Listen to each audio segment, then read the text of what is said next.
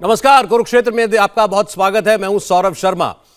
योगी के अफसरों ने कांवड़ियों पर जो फूल बरसाए हेलीकॉप्टर से, वो कुछ लोगों को कांटे की तरह चुभ रहे हैं। कल तक कांग्रेस इस पुष्प वर्षा का खर्चा कहां से आ रहा है, ये सवाल पूछ रही थी। आज असदुद्दीन ओवैसी ने इसी फूलों की बारिश पर दूसरा मुद्दा उठा दिया। ओवैसी पूछ रहे हैं कि ऐसी दरियादिली नमाजियों पर क्यों नहीं दिखाती योगी की सरकार। ओवैसी इसे असल रेवड़ी कल्चर बता रहे हैं। सड़क पर नमाज पढ़ने वालों के खिलाफ इसी सरकार में केस दर्ज कर लिए जाते हैं। 5 मिनट की नमाज से किसी का क्या बिगड़ जाता है। ओवैसी का कहना है कि देश में मुसलमानों के साथ भेदभाव तो हो ही रहा है, इसका जोर शोर से प्रचार और प्रदर्शन भी किया जा रहा है। हिंदुओं पर फूल बरस रहे हैं, मुसलमानों पर पुलिस की लाठियां। एक मजहब के लिए हेलीकॉप्टर, दूसरे के लिए बुलडोजर, ऐसा क्यों है? ओवैसी की इन बातों में आखिर कितनी सच्चाई है? क्या कांवड़ियों पर पुष्प वर्षा करना सरकार का काम नहीं होना चाहिए, या अगर ऐसा होता है तो मुसलमानों को भी सड़क पर, मॉल में, रेलवे स्टेशन पर नमाज की इजाजत मिलनी चाहिए? और जब नमाज पढ़ी जा रही हो तो उनका भी सम्मान किया जाना चाहिए। ओवैसी ने किस तरह कांवड़ियों के सम्मान को लेकर योगी सरकार के सामने सवाल दागे हैं, वो पहले आपको सुना देते हैं।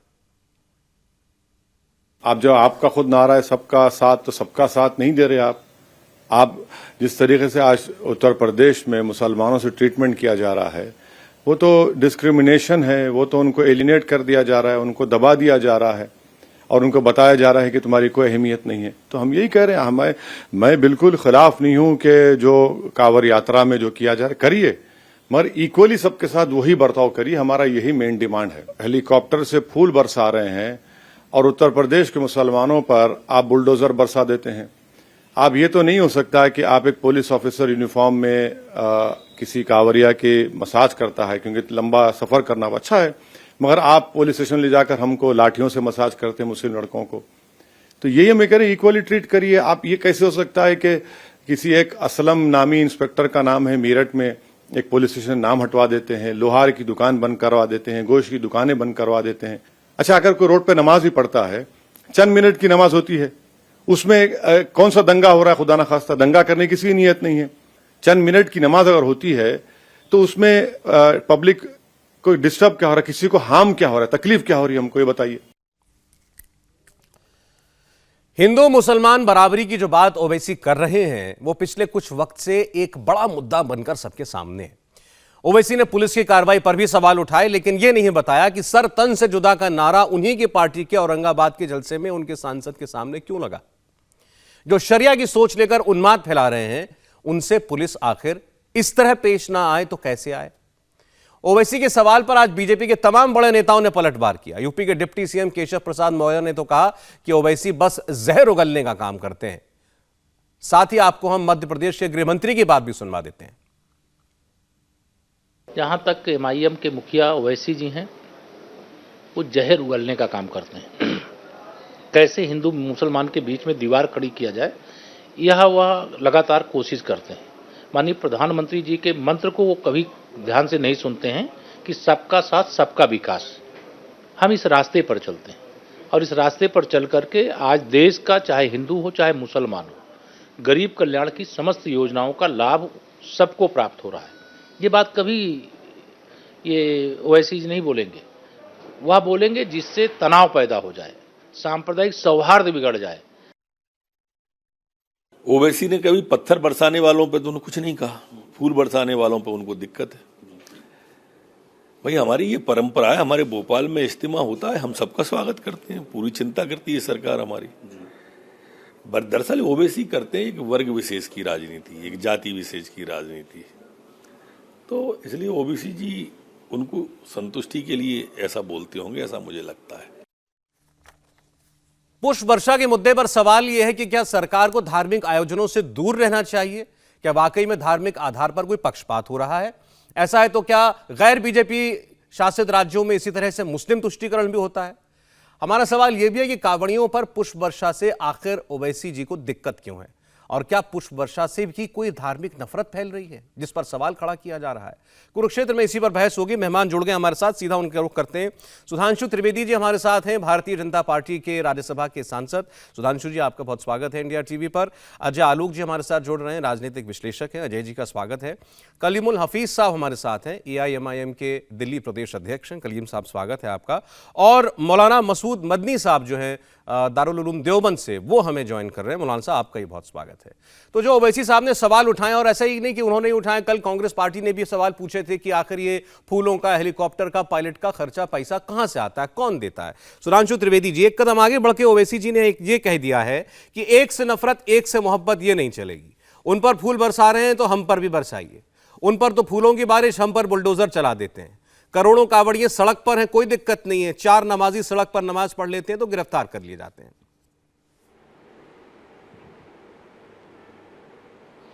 देखिए, ओवैसी साहब तो आदतन फितरतन शरारतन बोलते ही रहते हैं। तो मैं कहना चाहता हूं, अगर उनको अदावत और मोहब्बत कहनी है तो पहले कहें एक की कुदरत, एक की फितरत देखिए। भाई, अगर एक तरफ आपको लग रहा है कि हेलीकॉप्टर चल रहा, फूल बरसाने पड़ रहे हैं, तो दूसरी तरफ ड्रोन चलते थे। ड्रोन चलते थे ये देखने के लिए कि किस किस के घर पे पत्थर रखे हुए हैं, पत्थर कहां से चलने वाले हैं। उस दिन कहना चाहिए था ओवैसी जी को कि मेरा सर शब्द से झुक गया जिस दिन हमारे धार्मिक जुलूसों के ऊपर ड्रोन चलने की नौबत आई। और यह नौबत आज से नहीं आई है, हम तो बहुत जमाने से सुनते आ रहे हैं। जब मुहर्रम का जुलूस निकलता था तो शहर में कर्फ्यू लगना एक आम बात होती थी। और इतना ही नहीं, इसमें सिर्फ हिंदू मुस्लिम की बात नहीं है।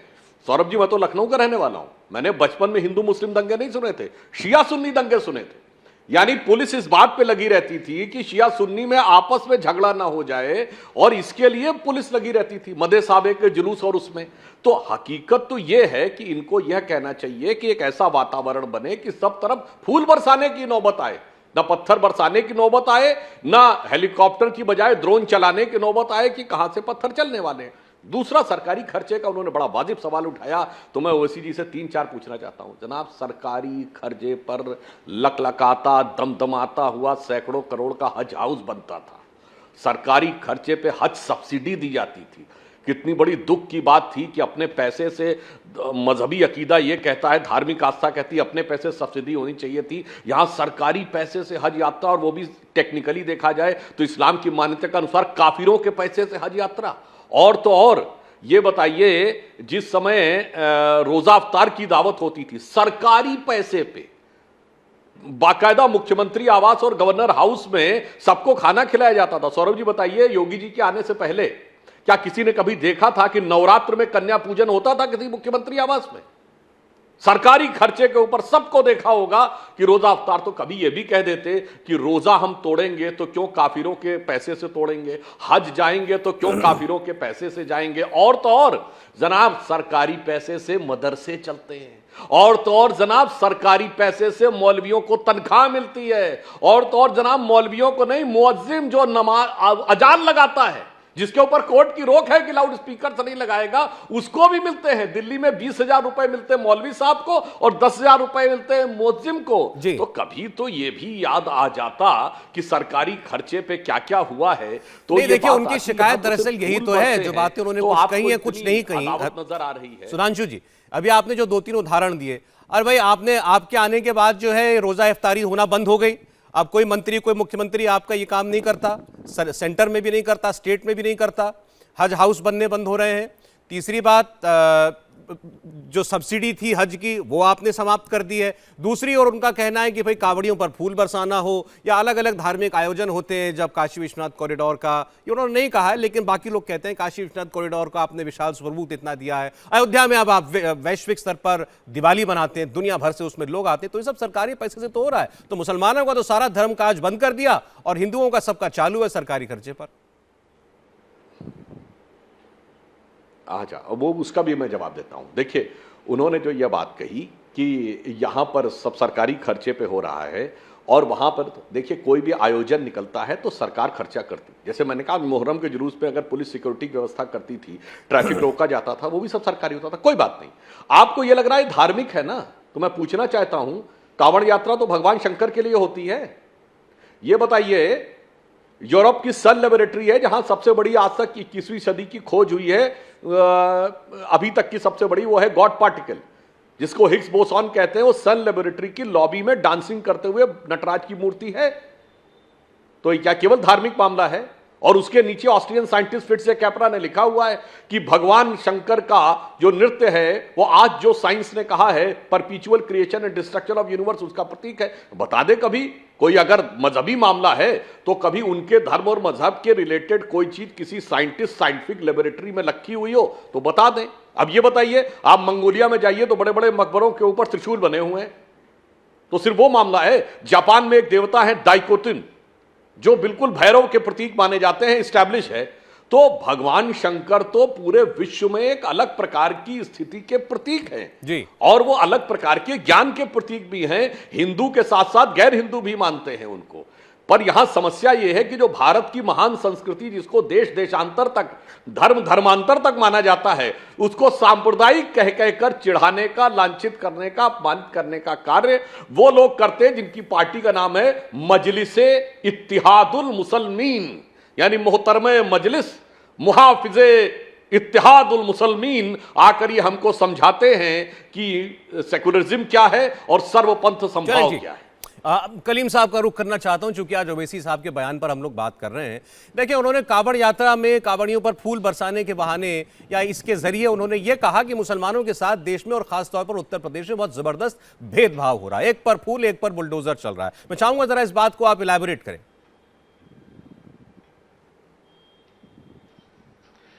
नहीं, देखिए, सुधांशु त्रिवेदी साहब ने पता नहीं कहाँ की स्टोरी सुना दी और जो असल मुद्दा था उस पर वो बोले नहीं। मुद्दा सिर्फ इतना सा है कि जो उत्तर प्रदेश हुकूमत है, जिसका ये काम है कि वो सब सारे वर्गों को एक आंख से देखे, इंसाफ के साथ देखे। यानी जब कांवड़ यात्रा निकल रही है तो आपने मीट की दुकानें बंद करा दी, लोहार की दुकान बंद करा दी, यहाँ तक कि अगर मुस्लिम एहलकार का नाम था, पुलिस वाले का नाम था, उस पर भी पुतवा दिया। और वहीं पे हरिद्वार में कुछ चंद नमाजी नमाज पढ़ रहे थे तो उनको ले जाके आपने जेल में डाल दिया। दूसरा, एक लगातार ऐसी घटनाएं हो रही हैं कि जो मुसलमानों के खिलाफ तशद्दुद, उनके नौजवानों के खिलाफ उनके घरों को बुलडोज किया जा रहा है, घरों को, उनके नौजवानों को यूएपीए में और एनएसए में बंद किया जा रहा है। तो सिर्फ ओवैसी साहब ने ये कहा कि अलबत्ता ये संविधान इजाजत नहीं देता कि हमारे संवैधानिक पदों पर बैठे हुए लोग किसी धार्मिक आयोजन में शामिल हों, फिर भी हमें कोई आपत्ति नहीं है, लेकिन इतना तो हम कह रहे हैं कि आप इन पर पुष्पवर्षा करिए, बट हमारे ऊपर बुलडोजर तो मत चलाइए, हम पे रहम करिए। तो वो बिल्कुल जो भेदभाव कर रही है सरकार, उस पे बात की है।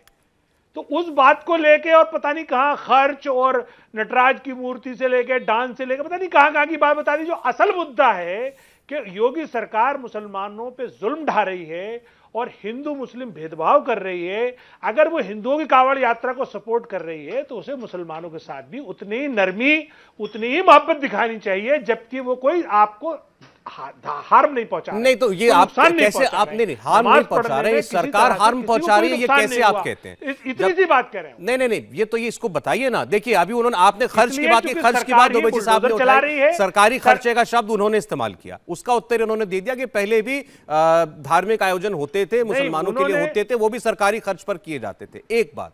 अब दूसरी बात ये कि लोग, ये जैसे इन्होंने भी कहा, बाकी बीजेपी के नेता ही पूछ रहे हैं, तुलना किस बात की हो रही है? एक धार्मिक यात्रा निकल रही है कांवड़ियों की, उसकी तुलना ओवैसी साहब कर देते हैं उन लोगों से जो कि किसी अपराध में जेल में है, जिन पर अगर पुलिस की लाठी चली है तो कोई वजह है कि लाठी चली है? नहीं, जिनको जो अपराध, जिनको पुलिस की लाठी चली, उनको बाइज्जत पहली बार में ही कोर्ट ने बरी कर दिया। और वो लोग जिसको बाकायदा बीजेपी के एमएलए ने कहा ये रिटर्न गिफ्ट है, अपराध कहां था उनका? अगर अपराध होता तो कोर्ट बताता। ठीक है। सवाल ये है कि खुलेआम जुल्म चल रहा है उत्तर प्रदेश में, और अभी वो जो 7-8 नमाजी थे जिनको जेल के अंदर बंद किया गया, उनका सिर्फ गुनाह इतना ज्यादा है कि वो एक कोने में नमाज पढ़ रहे थे। तो जब आप 8-8 दिन या 15-15 दिन हाईवे बंद कर सकते हो एक धर्म विशेष के लिए, तो जी। दूसरा धर्म के लोग ने ठीक 5 मिनट ठीक, मैं नमाज आपको पढ़ ली, इसी 7 सवाल मिनट पर नमाज लाना पढ़ चाह ली, रहा तो था। उनके ये तुलना खिलाफ आप इतना अब जो आप सख्ती तुलना क्यों? कर रहे हैं, इस पर इतना हम सा बहस कर सवाल। सकते हैं। ठीक, इस पर बहस हो सकती है। आपने खुलकर कह दिया नमाज पढ़ने की इजाजत नहीं है, 4 लोग नमाज पढ़ लें तो जेल में डाल देते हैं सड़क पर अगर नमाज पढ़ रहे हैं, और हाईवे बंद हो रहे हैं, ब्लॉक हो रहे हैं, करोड़ों लोग चले आ रहे हैं, उस पर कोई आप लोग एक्शन नहीं लेते, बल्कि उस पर फूल बरसाते हैं। इस पर हम बात कर सकते हैं। तो क्या अब आप ये चाहते हैं, ये सवाल मैं सुधांशु जी के पास ले जा रहा हूं, क्या ये माना जाए कि अब नमाज की भी खुली इजाजत होनी चाहिए, चाहे कोई सड़क पर पढ़ना चाहे, चाहे कोई पार्क में पढ़ना चाहे, चाहे कोई मॉल में पढ़ना चाहे? सुधांशु जी, मैं बाकी दोनों मेहमानों के बाद इसके बाद आ रहा हूं। बस सुधांशु जी, देखिए, सबसे बड़ी गलती जानते क्या है? तुलना क्या की जा रही? बुलडोजर चल रहा है। बुलडोजर उस पे चला है जिसने इलीगल मकान बनाया है, और वो किसी भी धर्म मत संप्रदाय का हो। अन्यथा ये बताइए, 5 साल से तो मकान ढाए गए, एक भी व्यक्ति जाके कोर्ट से स्टे क्यों नहीं ला पाया? क्योंकि सबके सब इलीगल थे। सपा के शासनकाल में जिन दबंग और अपराधियों ने अनधिकृत रूप से, अवैध रूप से जमीनें कब्जा कर ली थी, उन्हीं का हुआ था। दुख यह है कि सिर्फ आप अपराधी और आतंकवादी को मुसलमान से क्यों जोड़ देते हैं? यही तो सबसे बड़ा दुख है, जो कि सारे सेकुलर दल और ये ओवैसी करते हैं। इन्होंने कहा यूएपीए में मुस्लिमों के, अरे बताइए, यूएपीए के दौर में नक्सली नहीं बंद हुए क्या? बोडो वाले नहीं बंद हुए क्या? आतंकवाद में एलटीटी वाले नहीं बंद हुए क्या? आतंकवाद के समय में खालिस्तानी नहीं बंद हुए क्या? मगर हल्ला मचाएंगे कि मुसलमान बंद हुए, मुसलमान बंद हुए। यही समस्या है। जो जिसके साथ कार्रवाई हुई वो अपराधी था, जिसके साथ कार्रवाई हुई वो आतंकवादी था, मगर आपको उसमें मुसलमान दिखने लगता है। और मैं चुनौती से कहता हूं, पिछले 30 साल में एंटी टेररिज्म में जितने लोग पकड़े गए हैं, उसमें आप देख लीजिए मुसलमानों से कहीं ज्यादा गैर मुस्लिम। मगर विक्टिम कार्ड सिर्फ मुस्लिम खेलकर अपनी धार्मिक भावनाएं भड़काने का आप प्रयास करते हैं। अच्छा, ठीक और है। जो आपने कहा ना, कहां लेबोरेटरी वगैरह कहां, वो आपकी समझ से बाहर की चीज है। क्योंकि आप तो उस संस्कृति को बिलोंग करते हैं जिसने पिछले 300-400 साल में एक बॉल पॉइंट पेन नहीं आविष्कार किया है, जिसने जिसे गाड़ी का वाइपर तक नहीं बना पाए हैं। इसलिए आपको लगता हो पता नहीं कहां की चीज है। अच्छा सुधांशु जी, अब वो जो नमाज वाली बात है, में कोरोना आया तो 10-12 देशों ने वैक्सीन बना ली, तो किस देश में बताइए ऐसा हुआ कि जिन देशों पर पैसा बरस रहा है, उनमें से कोई एक देश फर्स्ट स्टेट ट्रायल नहीं कर पाया। इसलिए ये मानसिकता जो आपकी है कि लेबोरेटरी की बात करो तो पता नहीं कहां की बात करने लगे। चलिए ठीक है, हो गया, ठीक है सुधांशु जी, वो बात हो गई। अब ये नमाज की बात, जो नमाज की बात उठाई गई, वैसे ने भी बोला, अभी कलीम साहब ने बोला कि भाई कोई नमाज पढ़ लेता है कोई तो वो तो उसको जेल जाएगा, लेकिन लाखों लोग सड़क पर चलेंगे तो ये। सौरभ जी, नमाज की बात पे जवाब देता हूं। हाँ, देखिए, एक लाइन में बता दूं। देखिए, हमारे यहां कावड़ यात्रा चल रही है, परंतु आखिर में जो जलाभिषेक होता है वो मंदिर में होता है। आप अगर ये कहते हैं कि नमाज कहीं भी पढ़ी जा सकती है, तो फिर मस्जिद या गैर मस्जिद बराबर हो गई ना। तो आज आपसे कहिए कि हम हर जगह पढ़ सकते हैं, तो फिर मस्जिद में स्थान विशेष को लेकर आग्रह छोड़ दीजिए। अब ये बड़ी अजीब बात है। पढ़ने के लिए तो मैं मॉल में भी पढ़ सकता हूं, मैं सड़क पे भी पढ़ सकता हूं, रेलवे प्लेटफॉर्म पे भी पढ़ सकता हूं, मैं एयरपोर्ट पे भी पढ़ सकता हूं, मगर जब मुझे लड़ना होगा तो नहीं, मस्जिद नमाज का स्थान है। इसके नमाज के अलावा तो कोई पूजा पाठ की तो व्यवस्था इस्लाम में है नहीं। जैसे हमारे यहाँ फूल अर्चना, मूर्ति की स्थापना, फिर स्थान देवता की अर्चना, तो स्थान विशेष के ऊपर मूर्ति में प्राण प्रतिष्ठा, ऐसा तो कुछ है नहीं। तो जब नमाजी पढ़नी और आप कह रहे हैं सब जगह पढ़ने का चाहिए, तो पहले तय कर लीजिए कि एक स्थान से उसका महत्व है, उसकी पवित्रता है, या सब जगह पवित्रता है। सब जगह पवित्रता तो स्थानों पर क्लेम छोड़ दीजिए, और अगर स्थान से पवित्रता है तो बाकी जगहों पर पढ़ने का दावा छोड़ दीजिए। मौलाना साहब के पास जाना चाहता हूं। मौलाना साहब, जो कुछ भी उत्तर प्रदेश में कांवड़ यात्रा के बहाने कहा जा रहा है या जो फूल बरसाए जा रहे हैं, इस पर ऐतराज जाहिर किया जा रहा है, और ओवैसी साहब तो ये खुलकर कह रहे हैं कि खुला भेदभाव है, ये हिंदुओं से प्रेम है और मुसलमानों से नफरत है, और ये तो अब जाहिर तौर पर कह दिया गया है कि भाई अब तुम्हारी जरूरत हमें नहीं है। आपको लगता है ऐसा कुछ हो रहा है? देखिए सौरभ जी, मैं इस सिलसिले में ये कहूँगा कि हमारे प्रधानमंत्री जी ने एक जुमला कहा है बार बार, सबका साथ, सबका विकास, सबका विश्वास। तो मैं ये समझता हूँ कि ये बहुत बड़ी बात प्रधानमंत्री जी ने कही है, और वो हम सब लोगों के प्रधानमंत्री जी हैं। इसीलिए मैं इसमें ये कहना चाहता हूँ कि हमारा जो संविधान है, बाबा साहब भीमराव अम्बेडकर का, जो हमारे देश में चल रहा है, संविधान के अनुसार सरकार जो है वो हर धर्म को लायक करे, इसमें कोई शक नहीं है। और मैं इसमें सरकार को के लिए बहुत खुशी की बात समझता हूं कि जो उन्होंने कावड़ यात्रा के लिए फूल बरसाए हेलीकॉप्टर के जरिए, और हर जिले में प्रशासनिक अधिकारियों को जिम्मेदारी दी कि वो वहां पर हर जिले में उनका स्वागत करें। ये अच्छी बात है और ये सरकार का कदम बहुत अच्छा है। और इसी सिलसिले में मैं ये भी कहना चाहता हूँ, चूंकि और भी धर्म के हमारे इस मुल्क में लोग रहते हैं, जैसे हमारे जैनी भाई हैं, उनका कोई त्योहार हो बड़ा साल में, इसी तरीके से हमारे गुरु नानक जी हैं, सिख भाइयों का त्योहार हो, जी इसी तरीके से बौद्ध धर्म का, तो जितने भी धर्म के लोग हैं, इसी तरीके से मुसलमान भी हैं इस देश में, और इसी देश हमारी हिंदुस्तानी मुसलमान हैं, तो हमारा भी ईद, हमारा त्योहार है ईद का, हज यात्रा है। तो इन तमाम चीजों में भी सरकार को इसी तरीके से फूल वर्षा करनी चाहिए ठीक है। और सबका साथ देना चाहिए। और कुछ मौकों पे दिया भी है, जैसे अभी हमारे एक साहब कह रहे थे कि भोपाल में जो वो हुआ बहुत बड़ा प्रोग्राम जमात का, उसमें भी फूल तकसीम किए गए, अच्छी बात है और इसमें कोई हर्ज नहीं होना चाहिए, किसी को एतराज नहीं होना चाहिए। जो लोग भी एतराज कर रहे हैं वो गलत कर रहे हैं, ठीक, क्योंकि कावड़ बेचारे पैदल इतनी दूर जाते हैं, थक जाते हैं चलते चलते। अगर उनके लिए आप ये सब नहीं करेंगे तो उनका मनोबल टूटेगा। ठीक है। तो आज पहली बार मैं इस तरीके से देख रहा हूं, सरकार ने स्वागत किया है। ये मौलाना साहब, आप कह रहे हैं सराहनीय कि जो कदम। सरकार कर रही है बहुत अच्छा कर रही है, लेकिन करना हर मजहब के लिए चाहिए, यानी सरकार की हाँ, नजर हाँ। हर मजहब के लिए बराबर होनी चाहिए। जैसा सलूक हिंदुओं के लिए, कावड़ियों के लिए, ऐसे ही बाकी धर्मों के त्योहारों पर या उनकी यात्राओं पर भी होना चाहिए। इस पर क्या कहना होगा जयलोक जी आपका? क्या भेदभाव है ये? देखिए, इस देश में तो भेदभाव तो हमेशा बहुसंख्यकों के साथ हुआ, ये सब जानते हैं। अल्पसंख्यक तुष्टीकरण के नाम पे क्या क्या नहीं किया, लेकिन तब भी ये कहते हैं कि भेदभाव हो रहा है। आप मुझे बताइए सौरभ जी, आपने बहुसंख्यक मंत्रालय का नाम सुना है आज तक? लेकिन अल्पसंख्यक मंत्रालय तो आपको हर प्रदेश और पूरे केंद्र में हर जगह मिलेगा। सुधांशु जी आपको बता ही चुके हैं कि कैसे कैसे सैलरीज दी जाती है। भाई, मुस्लिम तुष्टीकरण के नाम पे तो इस देश में होते रहा। अगर आज कांवड़ियों पे ये हो गया तो ये आपको मैं बता रहा हूं, ये असदुद्दीन ओवैसी की बिल्कुल घटिया मानसिकता है और एक चीप पब्लिसिटी लेने के प्रयास है। वो मुसलमानों में अपने आप को साबित करने के लिए पागल हो गए हैं, छटपटा रहे हैं।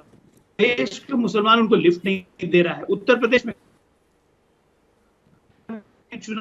जी, चुनाव होते समय इस तरह की बातें बोल के ये सौहार्द बिगाड़ने के अलावा और कुछ नहीं है। इस देश में मुसलमान, आप देखिए, आपके चैनल पे दिखाया जा रहा है, कांवड़िए जा रहे हैं तो मुसलमान उन पे पुष्प वर्षा कर रहा है, उनको पानी पिला रहे हैं। इस देश का मुसलमान कर रहा है, सौहार्द है। और ऐसा नहीं है, हमारे यहाँ देवघर में लोग जाते हैं, रास्ते में पूरे मुसलमान भाई लोग सबको सब मदद करते हैं, कोई पानी पिलाता है, कोई कुछ करता है। उसी तरह ईद मुहर्रम हर जगह हिंदू सौहार्द में रहता है। इस तरह की बातें करके सिर्फ अपनी नेतागिरी चमकाने के लिए ये ऐसे ऐसे फफूंदी लोग जो हैं, जो उगते हैं हमेशा, इससे और कुछ नहीं। मजहबी सौहार्द बिगाड़ना इनका परम धर्म रहा है। ठीक है, आप बताइए, इस देश में तो खैर अगर वो बात करेंगे भेदभाव, तो सबसे बड़ा भेदभाव तो इस देश के संविधान में कर दिया गया था। 1975 में 42वां संशोधन करके सेकुलर घुसा दिया संविधान में मुसलमानों को खुश करने के लिए। उस वक्त तो किसी ने आवाज नहीं उठाया कि संविधान से क्यों छेड़छाड़ की गई, क्योंकि सूट करता था। शाहबानो केस में सुप्रीम कोर्ट का जजमेंट पलट दिया, देश में भेदभाव नहीं होता था।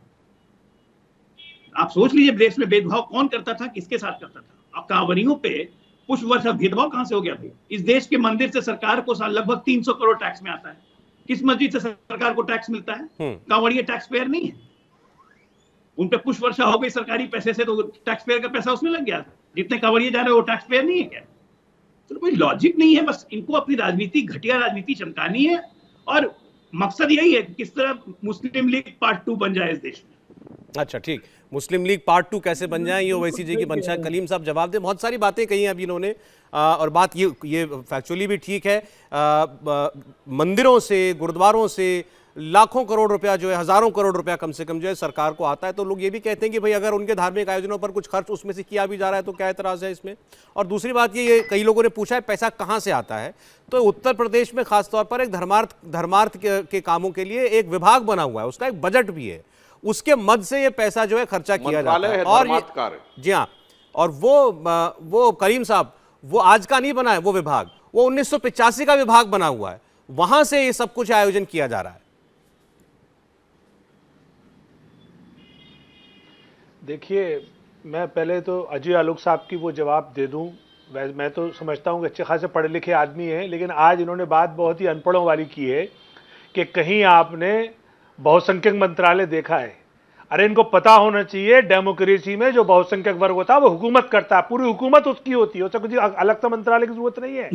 ये अल्पसंख्यक होते हैं डेमोक्रेसी में, जिनको अलग से एक मंत्रालय दिया जाता है, वो भी इसलिए ताकि उनकी जो कल्चरल जो उनके हेरिटेज वैल्यूज है या जो भी उनके इश्यूज है वो प्रोटेक्ट की जा सके। वो भी सिर्फ 5,000 4,100 करोड़ रुपए का बजट है सिर्फ पूरे भारत सरकार के अल्पसंख्यक मंत्रालय का। अब मुझे बोलने दीजिए, मैं आपके बीच में नहीं बोला था, लेकिन क्योंकि आपने अनपढ़ों वाली बात की इसलिए मुझे टोकना जरूरी था। आपको घटिया राजनीति लग रही है ना, अब आप अच्छी राजनीति सुनिए। अब सुनिए, अब आप बोले, मैं कुछ नहीं बोला। देखिए, ओवैसी साहब ने वो बात कही कि जो कहनी तो उनको चाहिए थी कि जो मुसलमानों के वोट के हकदार हैं, खासतौर से कांग्रेस है, समाजवादी पार्टी है या और दूसरी पार्टियां हैं जो मुसलमानों को ज्यादा वोट लेती हैं, और इनकी भी पार्टी जिसमें ये पहले थे जो अब नहीं है अजय आलोक साहब, उसको भी उठाना चाहिए था, क्योंकि सभी मुसलमान वोट देते हैं। लेकिन किसी की हिम्मत नहीं है कि मुसलमानों पे हो रहे जुल्म के खिलाफ कोई बोले, ना उनकी हिम्मत है ना उनका कोई इंटरेस्ट है। अगर बैरिस्टर साहब ने यह बात कह दी कि आप एक धर्म पे इतने मेहरबान हो, इतने शफकत, इतने प्यार से पुष्प वर्षा करके उनका एक आयोजन करा रहे हो, तो मुसलमानों पे नफरत क्यों? तो इस पे क्या ऐसा कौन सा मसला ऐसा है उन्होंने पूछ लिया जिससे भड़का दिया किसी को? हमारे सारे प्रवक्ता, मौलाना साहब को छोड़ के हमारे दोनों प्रवक्ता कह रहे हैं कि साहब वो तो भड़काते हैं। भाई, अगर आपसे इंसाफ की उम्मीद कोई कर ले, अगर इंसाफ मांग ले, तो बीजेपी को इतना बुरा क्यों लग जाता है? इंसाफ तो आपके धर्म का भी हिस्सा है, इंसाफ तो संविधान का भी हिस्सा है, इंसाफ तो हर मजहब का हिस्सा है। तो हमारी जो डिमांड ये है कि आपकी जो सरकार है, उत्तर प्रदेश सरकार, जो मुसलमानों के साथ जुल्म कर रही है, इंसाफ नहीं कर रही है, वो इंसाफ करे। नहीं, ठीक है, कहां से पैसा आता है, कैसे पैसा आता है? कह चुके, इसका जवाब सुधांशु जी ने भी दिया, मैंने भी आपसे टैक्स पेयर से चलता है, कौन कितना टैक्स देता है? नहीं, सवाल देखिए, आज जिस जितनी आमदनी है सर, जिस बहाने ये सवाल उठाया गया, कलीम साहब मेरी बात सुनिएगा, आप भी वही काम कर रहे हैं। अरे भाई, कांवड़ियों पर फूल बरसाना एक बात है, और आपका ये कहना कि मुसलमान लड़कों पर जुल्म हो रहा है वो दूसरी बात है। मुसलमान लड़कों पर अगर लाठी चल रही है या उनको जेलों में बंद किया जा रहा है तो वो कानूनी प्रक्रिया के तहत हो रहा है, वो एक अलग विषय, अलग मामला है, और उस पर अलग 100 बार बहस होती होगी। लेकिन इसको कांवड़ियों पर फूल क्यों बरस रहे हैं उससे जोड़ देना, ये अटपटी सी बात है। नहीं सौरभ जी, नहीं सौरभ जी, अलग नहीं है। इसी कांवड़ यात्रा में उन्होंने गोश्त की दुकानें बंद कराई, उन्होंने लोहार की दुकान बंद कराई, उन्होंने पुलिस का जो नाम मुस्लिम नाम लिखा था वो तख्ती पुतवाई, उसी में एक जगह हरिद्वार में नमाज पढ़ रहे थे, उनको जेल में डाल दिया गया। ये बात इससे कनेक्टेड है। वो जो बुलडोजर चल रहा है वो तो एक बड़ा जुल्म है ही, लेकिन ये भी जुल्म साथ साथ किए। तो हमने कहा कि भाई हमारे साथ ऐसा जुल्म क्यों कर रहे हो? कलीम साहब, आप कुछ ऐसी बातें करते हैं जो आप दुनिया को ऐसा बता रहे हैं कि पहली बार हो रहा है। एक सेकंड मेरी बात सुन लीजिए।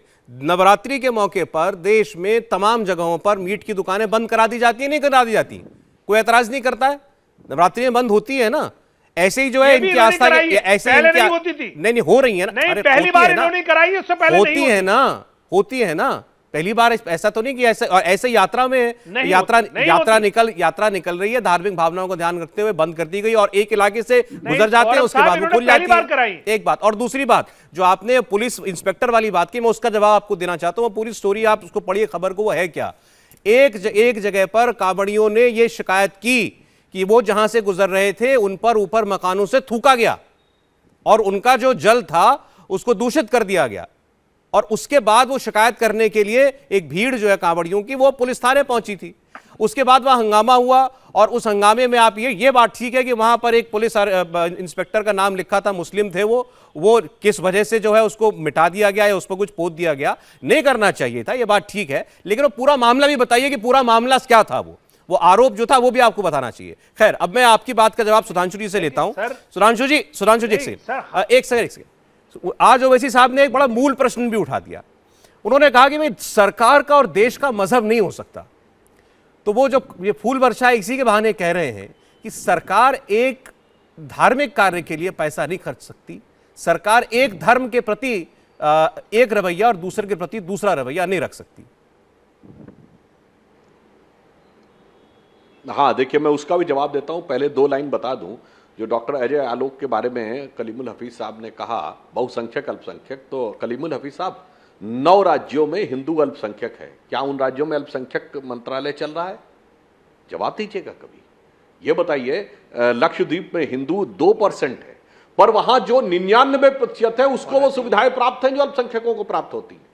कश्मीर में जो 97% थे मुस्लिम, उनको वक्फ बोर्ड का प्रोटेक्शन प्राप्त था, 3% हिंदुओं को नहीं प्राप्त था। इसलिए डॉक्टर अजय आलोक से जो कहा कि बहुसंख्यक अल्पसंख्यक के नाम पर जिस प्रकार की बात कही गई है वो बहुत ही गलत और बहुत ही दुर्भाग्यपूर्ण राजनीति है। दूसरी बात जो अभी कही सौरभ जी ने कि धार्मिक मामलों में सरकार को खर्चा नहीं करना चाहिए, बिल्कुल सही प्रस्ताव है। तो मैं ये कहना चाहता हूं कि आज सारे वो अगर ईमानदारी से कहना है तो वो सबसे पहले ये कहें, कलीमुल साहब अपने अपने टर्न पे बोले, बेहतर रहेगा, दर्शकों को बेहतर समझ में आता है, आपकी बात भी हमारी बात भी। तो सौरभ जी मैं कहना चाहूंगा कि सबसे पहले ओवैसी जी ये अनाउंसमेंट करें कि वक्फ बोर्ड पे सपोर्ट लेना, सरकारी पैसा लेना बंद करेंगे, मौलवियों की सैलरी लेना बंद करेंगे, मदरसों का सरकारी सपोर्ट लेना बंद करेंगे। खैर हज यात्रा तो अब कोर्ट के आदेश से बंद हो गई है। पहले ये 3 चीजें वो कह दें कि सरकार से सपोर्ट लेना पूरी तरीके से बंद कर देंगे, जो उनके मजहबी अकीदे के लिए अपमान है, यानी धार्मिक आस्था की अवमानना है, तब हम यह मान लेंगे। और मैं दूसरा एक और उदाहरण देना चाहता हूं, जो बहुसंख्यक अल्पसंख्यक पे अभी आपने गढ़वा की घटना देखी थी ना झारखंड में, कि एक क्षेत्र में मुस्लिम बाहुल्य हो गया तो उन्होंने कहा स्कूल में प्रार्थना नहीं होगी, और झारखंड की सरकार झुक गई। बताइए उत्तर से दक्षिण तक कितने सेकुलरिज्म के सूरमा आके बोले कि बात गलत है। दूसरी घटना बताए दे रहा हूं, तमिलनाडु में कोलतार गांव है पेरम्बूर जिले में, जहां पर मुस्लिम समुदाय ने यह कहा कि इस गांव में हमारी आबादी हो गई 70%, तो अब यहां पर मंदिर में घंटा नहीं बजेगा, शंखध्वनि नहीं होगी, पूजा नहीं होगी, हमारी धार्मिक आस्था उससे आहत होती है। और डीएमके की सरकार ने मान लिया, वो तो मद्रास हाईकोर्ट का हस्तक्षेप हुआ तो पूजा बहाल हुई। बताइए केरल से लेके कश्मीर तक कितने लोगों ने बोले सेकुलरिज्म के सूरमा ने कि यह बात गलत है, ऐसा कैसे कह सकते हैं। उस पर ओवैसी जी के मुंह में दही जम जाता है। मौलाना साहब ने एक अच्छी बात कही कि फूल जो हैं मुस्लिमों की यात्रा पर भी बरसाए जाएं, पर मौलाना साहब मैं अदब से कहूंगा, आपके यहां तमाम फिरके तो ऐसे जो कह देते हैं कि फूल बरसाना, चादर चढ़ाना तो कुफ्र है। आपके तो तमाम ऐसे लोग हैं जो कि ये कह देंगे कि मज़ारों पर तो बुलडोजर चला देना चाहिए चूंकि एंटी इस्लामिक हैं, और ये बात कही नहीं रहे हैं। मैं याद दिलाना चाहता हूं कि चरारे शरीफ एक बहुत बड़ी दरगाह थी, बहुत बड़ी मज़ार थी कश्मीर में, उसे जलाकर नष्ट कर दिया गया, और जलाने वाला पाकिस्तानी था, भाग गया इसलिए कि उन्होंने कहा कि साहब ये तो गैर इस्लामी है। कोई नहीं बोलता। बाबरी मस्जिद के लिए तो सब बोलते हैं, तथाकथित बाबरी मस्जिद जिसे विवादित ढांचा कहा गया, चरारे शरीफ को बर्बाद कर दिया गया, जला के पूरी मतलब सैकड़ों साल पुरानी इतनी बड़ी मजार जला दी गई, कोई चू से मुंह नहीं बोलता। जनाब इसीलिए कह रहा हूं, अगर ईमानदारी से देखना है तो हिंदू मुसलमान नहीं, मुसलमानों के अंदर भी देख लीजिए। और अगर एक लाइन और कह दूं, गंगा जब अगर आप ये कहें ईमानदारी संस्कृति की बात, तो ये बताइए हजरत निजामुद्दीन औलिया की दरगाह में दिवाली वाले दिन रोशनी की जाती है, चिराग जलते हैं। लखनऊ के पास देवा शरीफ में होली वाले दिन रंग खेला जाता है। ये बताइए, मगर इसको इस बात को कितने जो है सेकुलरिज्म के लोग इसको चेरिश करते हैं। ये बात हम बोलते हैं, कोई सेकुलरिज्म का जो सो कॉल्ड सेकुलरिज्म का सूरमा है वो क्यों नहीं बोलता? वो जाके सिर्फ इस बात पे बोलता है कि साहब फला आतंकवादी को पकड़ के जेल में डाल दिया गया, और ढीमा जो है वो जो जिसका गैर कानूनी मकान था उस पर बुलडोजर चला दिया गया। तो आप खुद देख लीजिए कि आप किस अच्छी चीज के साथ खड़े हैं, यानी समन्वय वाली चीज या लड़ाई करने वाली चीज। हाँ बोलिए। अच्छा बोलिए। मैं आपको अच्छी तरह जानता हूं और एक आप अच्छे वक्ता हैं और सुलझे हुए आदमी हैं बहुत ज्यादा। मैं आपसे ये कहना चाहता हूं कि ये जो फूल वर्षा जो मैंने बात कही कि संविधान के अनुसार हर धर्म के जो बड़े बड़े ईद का त्योहार हो गया, हज यात्रा हो गई, और इसी तरीके से हमारे सिख भाइयों का हो गया, तो सरकार सबकी होती है और सबके साथ अच्छा सलूक होना चाहिए। ये बात मैंने कही थी और ये भी कहा था कि कुछ जगहों पर होता भी है, जैसा कि अभी आप कह रहे हैं, मैं उस बात को कंडम नहीं करता, और कुछ जगहों पे सरकार भी साथ देती है, और फूल वर्षा करना ये एक स्वागत है, इस्तकबाल है। वो ये नाजायज काम नहीं है। वो जो आपने बात कही मज़ार की बात, कि मज़ारों पे फूल चढ़ाना, इसके लिए तो हम फतवा ले सकते हैं दारुल से और जगहों से, वो मसला अलग है, वो डिबेट का हिस्सा भी नहीं है। लेकिन आप अगर सरकार हमारी या कोई हमारा बड़ा आदमी सम्मानित कोई स्वागत कर रहा है तो उसमें कोई हर्ज नहीं है। तो मैं यही चाहता हूं कि देश में जो ये काम हुआ है पहली बार, ये अच्छा हुआ है, और कावड़ के लिए जो फूल वर्षा हुई है इसमें किसी को कोई आपत्ति नहीं होनी चाहिए। ठीक है मौलाना साहब। रहा नमाज का मसला, मुसलमानों को भी ये एहतियात रखनी चाहिए कि मस्जिद करीब करीब होती है, मस्जिदों में नमाज पढ़ें। कहीं अगर मजबूरी हो गई, सफर में है या ट्रेन में है, तो कोई हमारा हिंदू भाई नहीं बना करता नमाज पढ़ने से। ऐसा नहीं है आप रास्ते से हट के नमाज पढ़ रहे हैं, 5 मिनट का मसला होता है। ये तो कुछ लोग होते हैं इधर के भी और उधर के भी, वो बिला वजह इशू ठीक है बना मौलाना लेते साहब। हैं। मौलाना साहब, समय इतना ही था। ऐसा कुछ बहरहाल नहीं है। बहुत सारे सवालों के जवाब मिल गए। शुक्रिया करेंगे सुधांशु त्रिवेदी जी, अजय आलोक जी, कलीम साहब, मौलाना साहब, आप जुड़े आज हमारे साथ कुरुक्षेत्र में। बहुत बहुत शुक्रिया आप लोगों का। इंडिया टीवी हर वक्त हर जगह डाउनलोड करने के लिए सर्च करें India TV news Google play store या ऐप स्टोर पर।